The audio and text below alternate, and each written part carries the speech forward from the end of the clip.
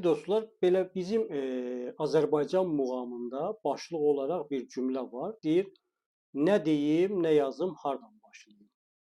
İndi mən də bilmirəm hardan başlayım, amma bir yerdən başlamağa məcburam.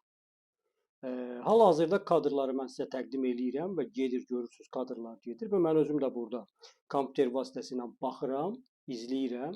Bu mənzərə hər hansı bir tədbirdən paylaşılan bir görüntülərdir.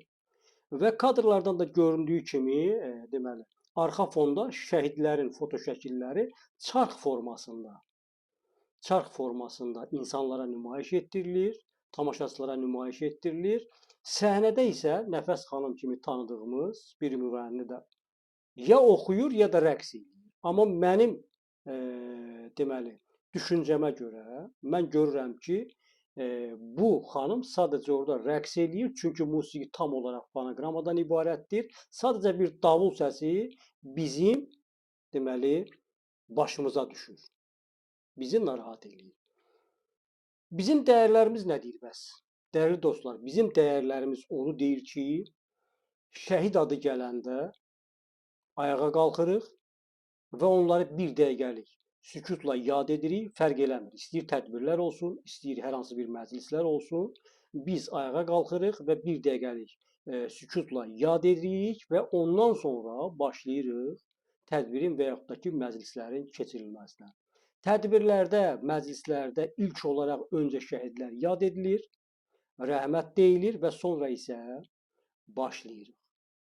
Əgər biz tədbirlərdəki şəhidlərin fotoları, videoları öz əksini tapırsa, hansı ki tədbirlərdəki bu fotolar öz əksini tapırsa, demək o tədbirdə vətənpərvər ruhda musiqilər, mahnılar ifa olunmalıdır, canlı şəkildə, fonoqram da olar, problem yoxdur. Və vətənpərvər ruhunda sözlər söylənməlidir. Yəni bunlar hamısı üstünlük təşkil etməlidir. Bəs biz burada nə görürük? Bizim burada gördüyümüz mənzərə tam fərqli bir formadadır. Təbii ki, görüntüdə də dediyim kimi bir xanım sanki bir at belində sadəcə səhnəni cıdır meydanına çeviribdir. Və yüzlərlə də insanlar toplaşıb həmin o mənzərəni seyr edirlər. İdman geyimində səhnənin bu başından o başına qaçır. Şou göstərmək ona işarədir ki, ya səhnə müğənniyə uyğun hazırlanmayıb, ya da ki, müğənni bu səhnənin nə olduğunu hələ də bilmir. Səhnədə arxa fonda göstərilən şəhidlərin şəkilləri, şəhidlərin deməli fotolarının nə anlama gəldiyini hələ də bilmir. Deməli, belə çıxır ki, bugünə qədər bu bəzi insanlara bunun hələ də ya izahı verilməyib, ya da ki, bunlar bunu dərk eləmir. Mənim heç kimin şəxsiyyəti ilə işim olmaz. Amma belə məsələlərdə mən öz fikirlərimi mütləq söyləməliyəm. Mütləq söyləməliyəm mən bu məsələdə. Çünki bu səhnə Eurovision səhnəsi deyil. Bu səhnə Eurovision səhnəsi deyil. Bu hər hansı bir tədbirdə özəl olaraq hazırlanmış bir səhnədir. Vətənpərvər ruhunda hazırlanmış bir səhnədir. Və bu səhnədə də bayaq qeyd elədiyim kimi vətənpərvər ruhunda olan musiqilər səslənməlidir. Vətənpərvər ruhunda olan mahnılar oxunmalıdır.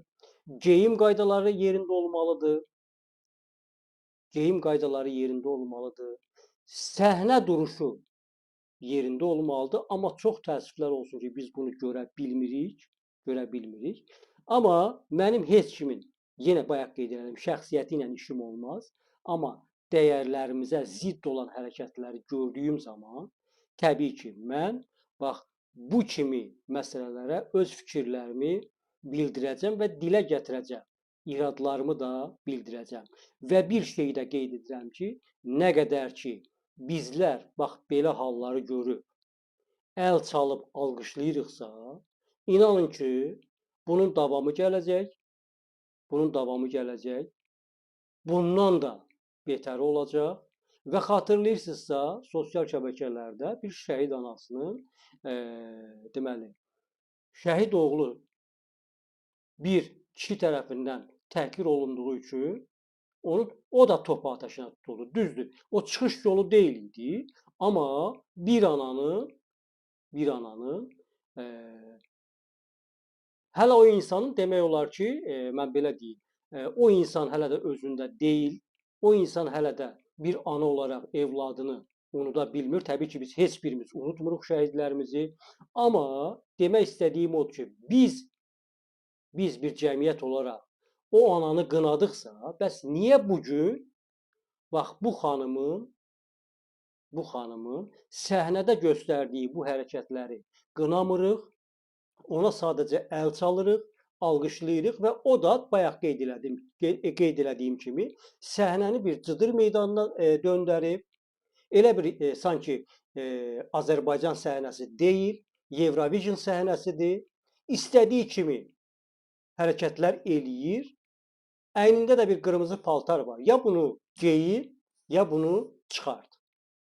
Seçimini elə. Qoy insanlar da bilsinlər ki, sən burada nə etmək istəyirsən, sənin demək istədiyin nədir, ümumiyyətlə sən burada nəyi təbliğ eləyirsən və nəyə görə musiqiçilərin arxasında göstərilən və səhnədə göstərilən şəhidlərin o şəkillərinə, şəhidlərin o ruhuna niyə hörmət qoyulmur o səhnədə? Dəyərli dostlar, mən düşünürəm ki, bu barədə hər kəs öz fikrini bildirməlidir. Belə məsələlərə biz obyektiv fikir bildirməliyik. Belə məsələlərin qarşısı el qınağı ilə alınmalıdır. Belə məsələlərin qarşısı cəmiyyətin fikirləri ilə alınmalıdır. Çünki biz də görürük ki, cəmiyyət artıq bilir nəyi necə eləmək lazımdır. İnsanlar bilir nəyə qiymət vermək lazımdır və düşünürəm ki, bu məsələyə də insanlar öz qiymətini verəcəklər. Və inanıram ki, artıq bundan sonra yəqin ki, Azərbaycan səhnəsində belə hallar baş verməyəcək.